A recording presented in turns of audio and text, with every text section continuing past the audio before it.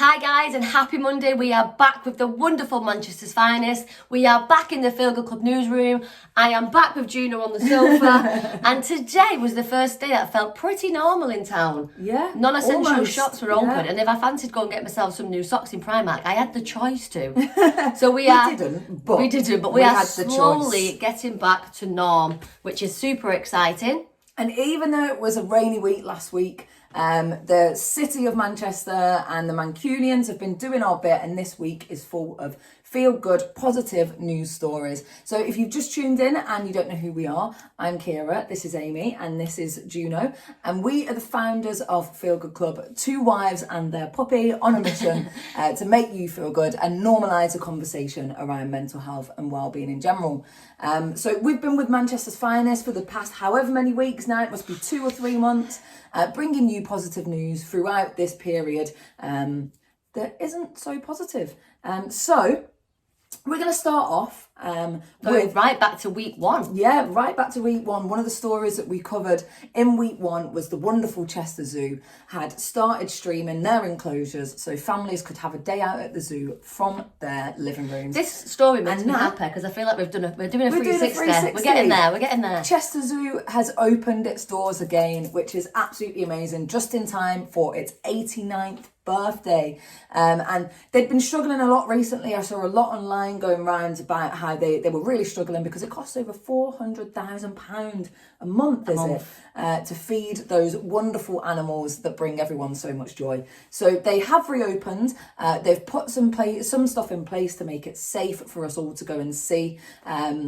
Things like a sunny weekend in June could usually attract up to 15,000 customers, but they're capping that at just a couple of thousand. All of the restaurants and cafes are closed, but you can get food and some drink from the outside food vendors, and they've extended the picnic area so that you can take your own lunch and sit down safely outdoors at 2 metre distance. That is so exciting. I want to see the baby penguins. I know, me too. It brings me so much joy that, they not only they got through it, they've figured out a way how they can reopen and we can still go to the zoo. So it's bringing me a lot of positivity on this Monday, I'm not going to lie.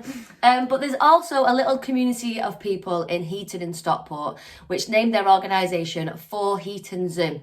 And basically, they heard about Chester Zoo, £400,000 a month that they was missing out on from ticket sales. And they wanted to do their bit. So this weekend, Saturday and Sunday, some of them turned their houses into zoos. So one house had pigs everywhere. One house had created a stuffed tiger in their garden. One of them did rhinos, monkeys. There was all sorts. And you had to, basically, you went onto their Facebook, you downloaded a map you could download, and then you went round to all the houses and spotted all the different zoo enclosures. And then you could also do a donation on their Facebook as well, which went straight to Chester Zoo.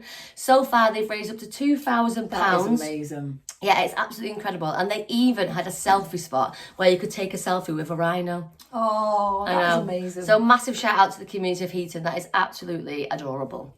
So talking of something amazing, last week the founder of Agni Candles, Jess, got in touch with us because she has started an incredible initiative. We read about it and we absolutely loved it. Very powerful. So Agni is a social enterprise and the majority of their profits go to the well-being of their community. And Jess makes candles and ceramics. Absolutely wonderful, beautiful candles they look like.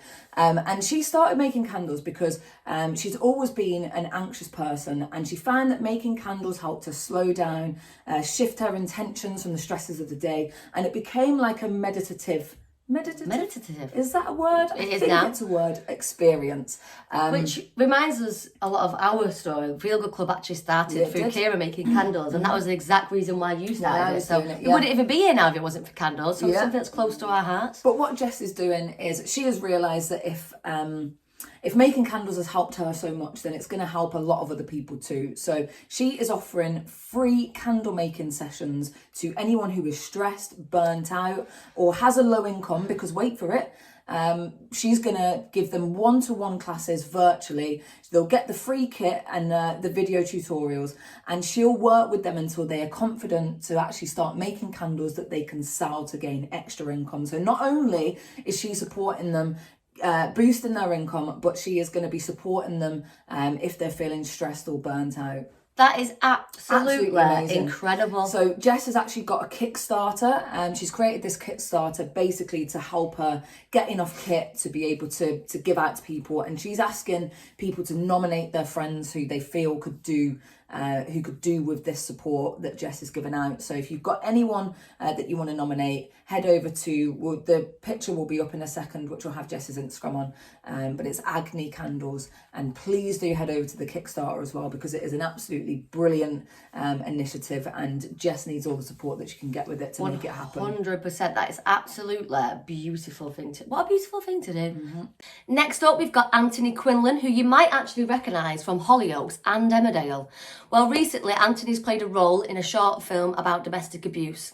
Domestic abuse has risen by 66% during lockdown, which is terrible. Honestly, it's extremely terrible. And he wanted to show his support after doing the film. He wanted to show his support from local charities and do his bit. So Anthony, over on his Instagram, he has done an Instagram live for 100 days. It's still going. I think he's on consecutive days doing a workout. I think he's on like his 86th day now, so you've still got like 2 weeks left. If you head over to his Instagram, he's doing live workouts for completely free for you guys, and all he's asking is for a donation, which will be supporting Women's Aid Federation of England. So far he's reached £1,500, but his target is £2,000, so he's only £500 away from his target. So please, this guy's been working his little arse off, I'm allowed to swear in this, for 100 days. So please go and show your support over in his Instagram at Anthony Quinney. Absolutely amazing. And speaking of amazing, we have got the wonderful Burn. So we mentioned Burn last week. If you missed it, they are a non-for-profit organisation that are tackling racial inequality in Manchester and are working to make Manchester a better place for Black people to grow up and grow old.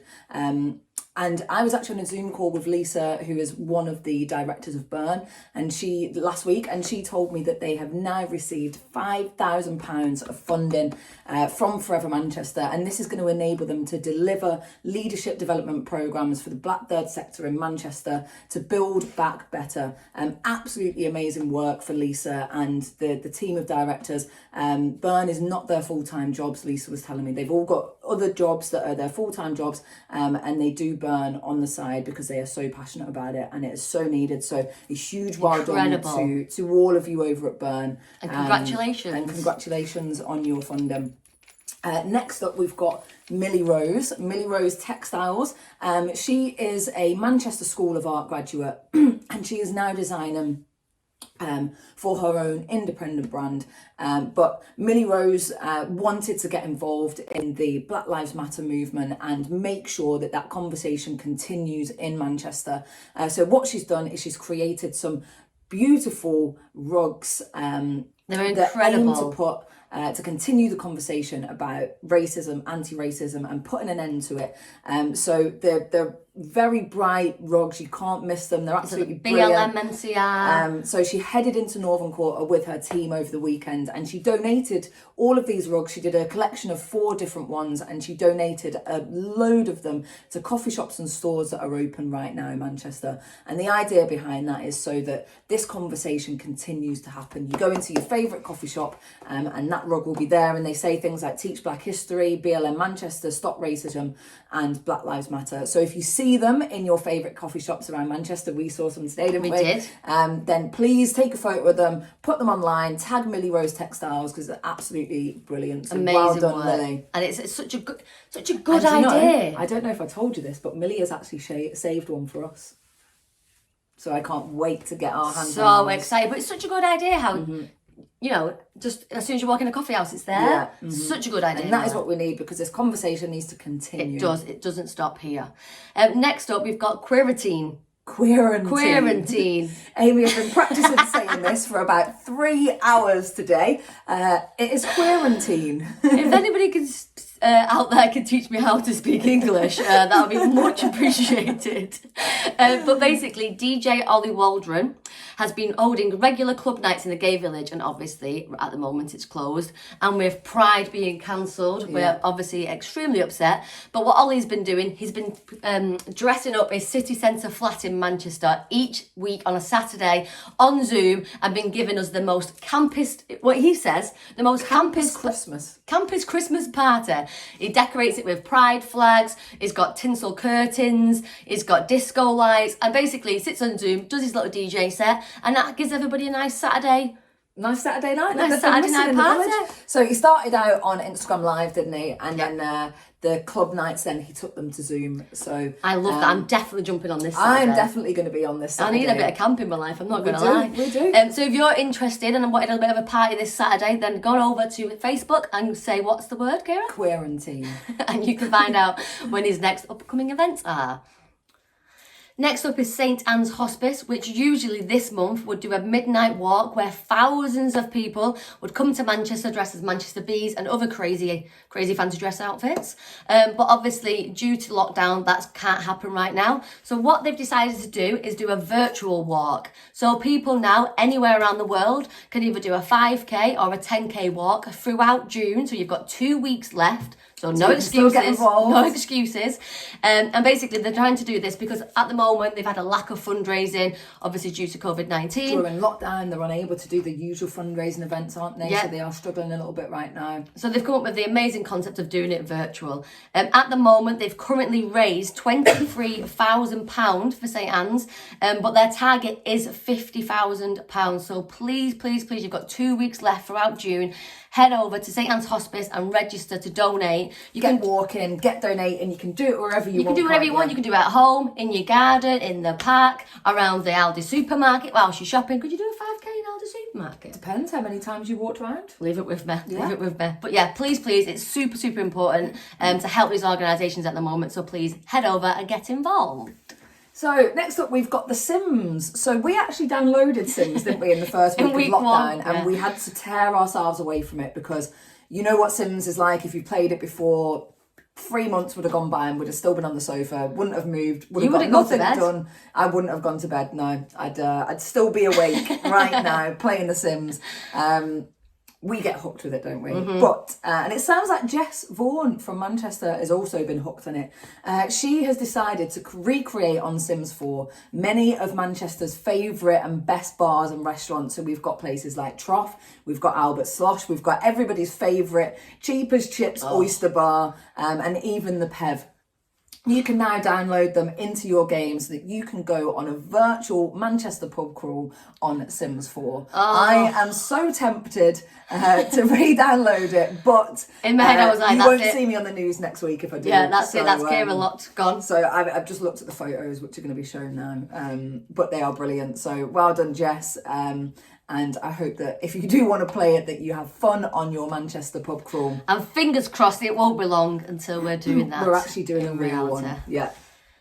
So to finish off this week's news, we wanted to end the news with sharing some of the positives that have come out, some of the positive changes that have happened since the Black Lives Matter protests globally, worldwide. There is a post going around on Instagram which is explaining all of the different positive changes that has happened, which is incredible. Which shows that, you know, the people are listening to the movement, which is absolutely brilliant. So in Minneapolis, New York and LA, they have cut funding to the police and they will be redirecting that money into healthcare, into jobs and into healing programs for the city's communities of colour. In Denver and Dallas, they have also banned the usage of chokeholds, and they've also reopened the cases of Breonna Taylor and Ahmaud Arbery, as well as the 3 officers who were involved in the murder of George Floyd have been charged. So listening. It goes to show that they are listening, and it also goes to show that this conversation and this movement can't stop here. We must keep sharing, keep talking, and keep working to make those changes happen. So thank you all for tuning in to our positive news this week. We'll see you back here 7 p.m. on Monday. Have a fantastic week, stay safe, and keep well, guys. Bye guys.